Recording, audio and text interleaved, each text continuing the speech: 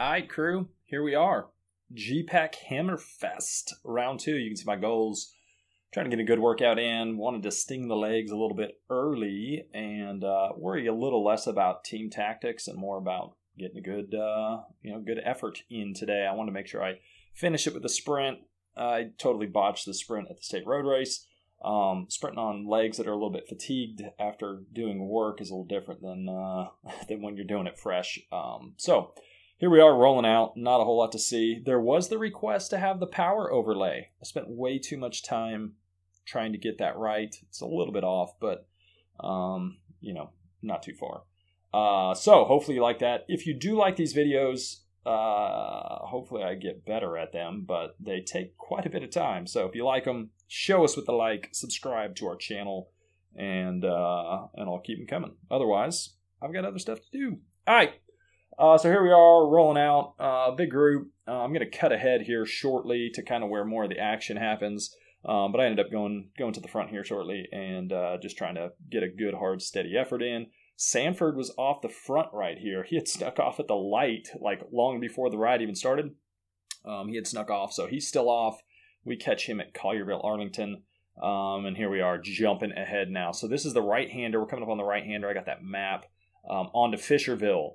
So a couple folks off the front right now. We got Aaron from our team. He was late to the ride, barely made it. Didn't even get his jersey on, or I don't think he even brought his jersey. But we got 2 folks off the front. Rollins is off the front. Aaron's trying to go across. This is a hill. You can see the power spikes up here. And Mason. So we remember Mason from last week. He's kind of going across to this. I'm not so worried about trying to jump across right now. In a race situation, what would we do here? Right now we'd have 2. My team is that red, white, and blue.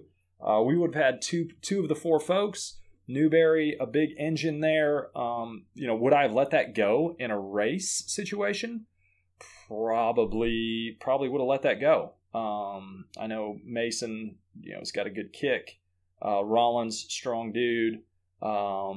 But, 2 of the 4, at least that would have made a lot of the other folks chase.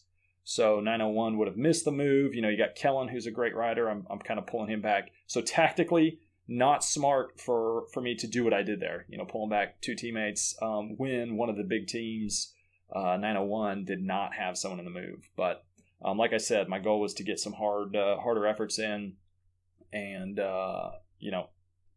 using a Tuesday night ride, to work tactics is one thing, but from a fitness standpoint, sometimes you got to put team tactics aside. So grain of salt there, or take that with a grain of salt, like what I'm doing versus what I should be doing, and I'll try to talk through that. So here I am on the front, a little downhill here, so getting a little break, but just on the front, trying to get a good, hard, steady effort in. And Newberry, I guess once my pace was slowing a little bit, he kind of comes over the top, and you can see everyone's on the wheel. Mason takes this as an opportunity. I'd been on the front for a while. Newberry just went over the top. He took it as an opportunity to put a little surge in there, it appears. But as I'm sitting back here, no alarm bells are ringing. You can see, look at the folks coasting. You can see that nothing's going to get away at this moment in time. And no one's really attacking super hard to make that happen. So more fast forward action, working my way back to the front. It'd been easy for a little bit. And again, I was just trying to get a good workout in here, holding, around 400, a little above if I could.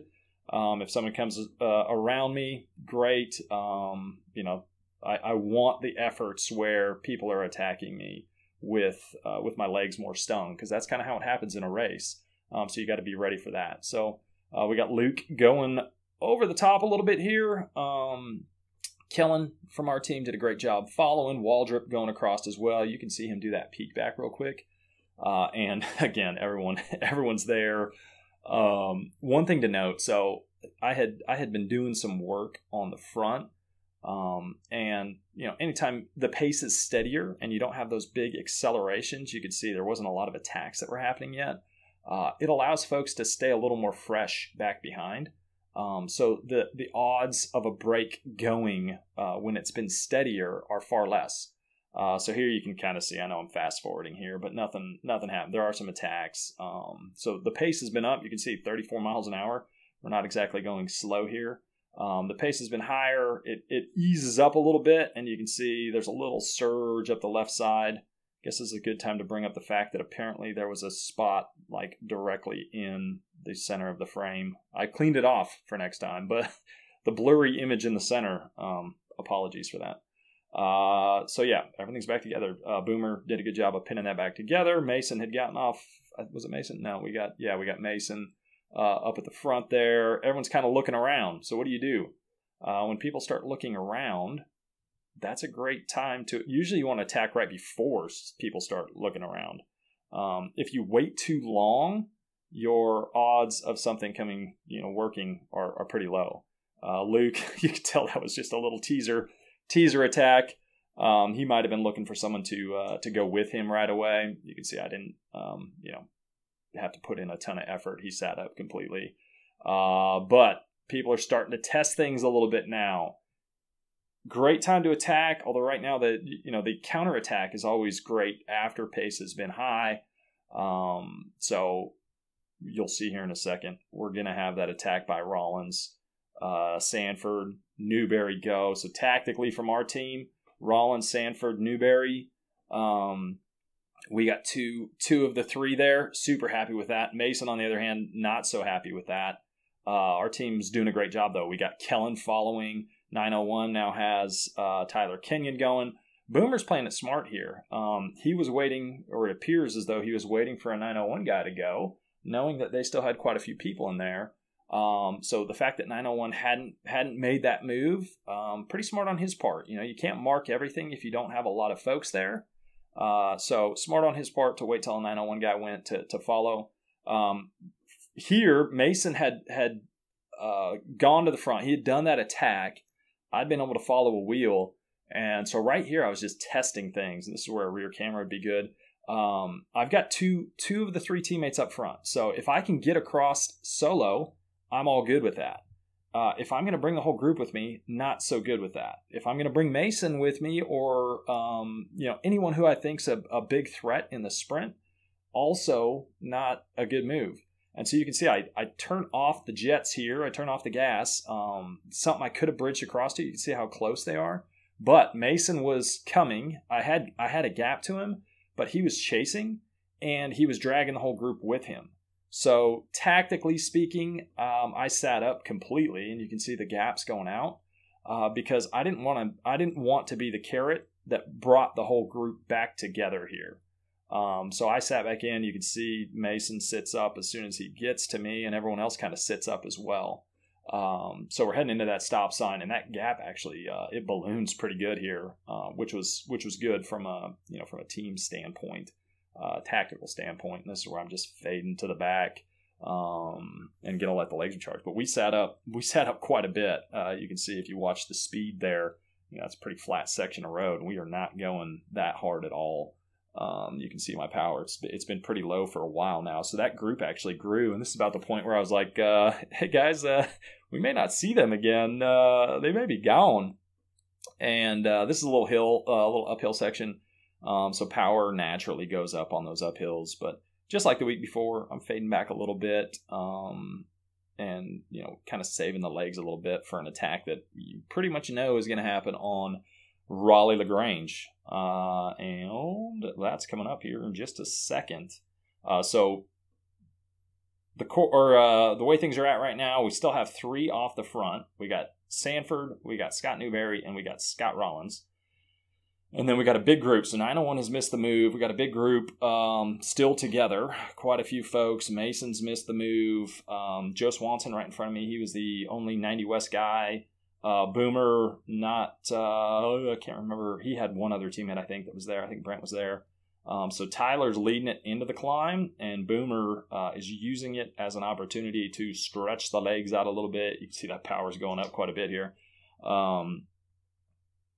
And I could see, you can't really tell with the sun coming here, I could see Sanford had tailed off that lead group. And what I'm doing right here is kind of biding my time. I'm going to wait for for Boomer to ease off briefly, and then I wanted to hit it. So I took that as an opportunity, hopefully seeing if people's legs were tired over the top. And even psychologically, when you're expecting things to ease up, if you can attack when others are expecting things to ease up, it can be a little mental blow. So there's Sanford. We brought him back. Fortunately, it was on the flatter section, so a lot easier to hop onto the group. Mason came with me. So Mason came across. It's him and me now. We've got a gap to the group. You can't see it, but I tuck in behind him. You can see him give me the chicken wing, and that's when I tell him, nope, you're going to have to close that down. If you want to get across to that, you're going to have to do the work to do it, because I've got Newberry up front there. So this is where I did start getting a little definitely more tactical with the whole thing. I was not going to close down this move to Newberry, and it just didn't make sense. Plus, Mason, all the impetus was on Mason to have to close that down if he wanted to be with that lead group. And you can tell based on my wattage, he's not chasing that hard. So gap's pretty close. 1, 2, 3, 4-ish seconds. I kind of swing next to Mason here, and you can see we're doing pretty much nothing. The group's chasing hard.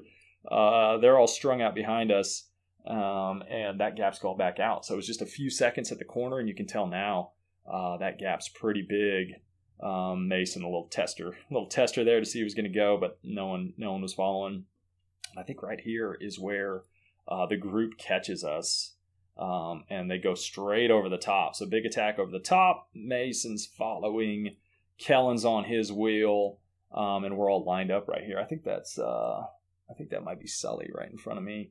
So we're all lined up. Good position for me here. You know, I'm 4 or 5 wheels back and able to sit in. That was not Mason or not Sully. So I'm sitting kind of pretty here, not having to do a lot of work. That was Hooper.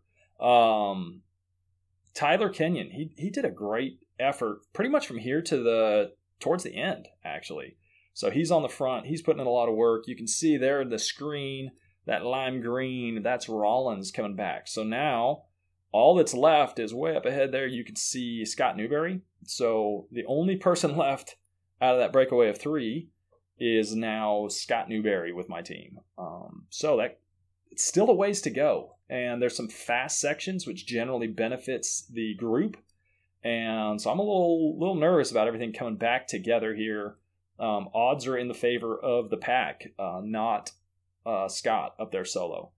And so what am I thinking here? Here's where it's like, okay, we either, if they catch him soon, are we going to counterattack and go over the top and make others chase? I'm also trying to pay attention to who's doing the work here.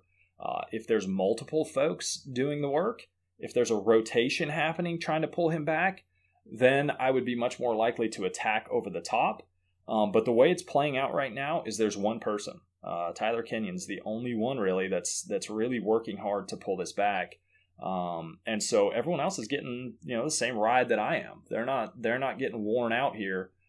So it would not do me as much good to try to go over the top when everyone's fresh.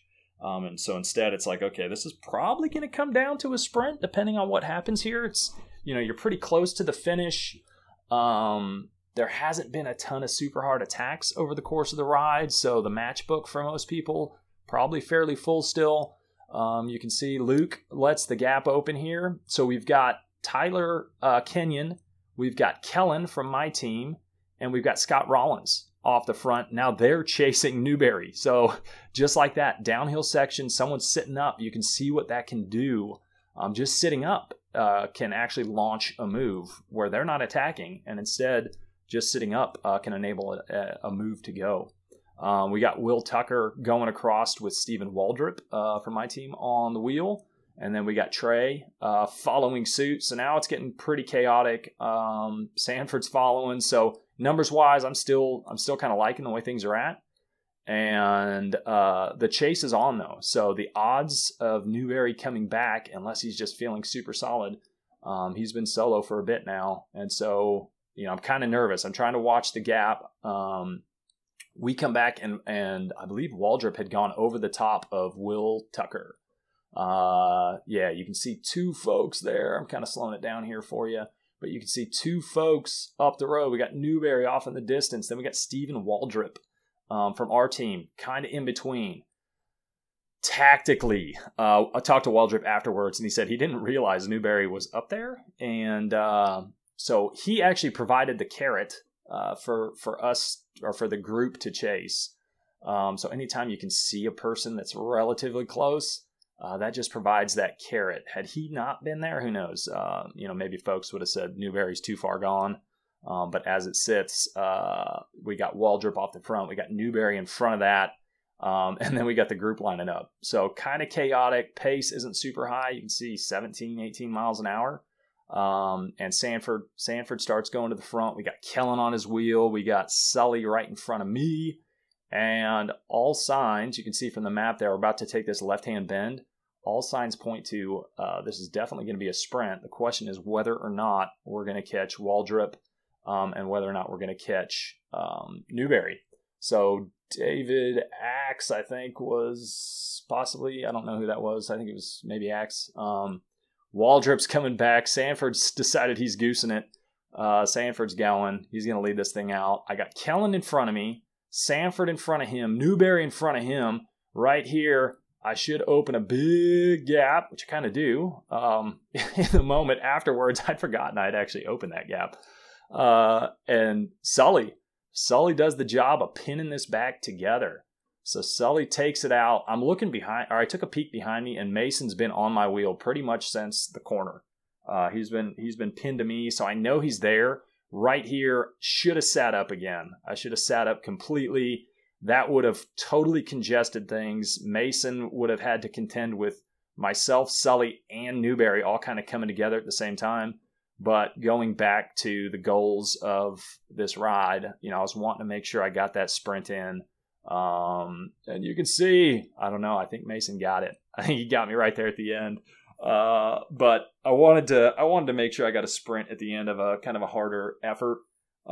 Tactically, probably shouldn't have done that. Tactically, we should have not let it out. Sanford shouldn't have let it out into the corner. But you got to try different things, and you got to make sure you're not putting team tactics in front of actually building fitness during the week, unless, of course, the weekday riding is your race. But in this case, we're trying to get the legs primed up. We got Sunny King this weekend.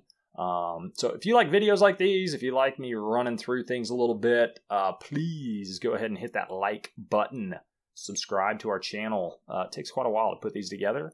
So if it's worth it, if you're getting value out of them, if you like them, do us a favor and show us with that like and subscribe and share the content for us. Apparently it helps with the YouTube algorithm. Hope to see y'all soon. Peace.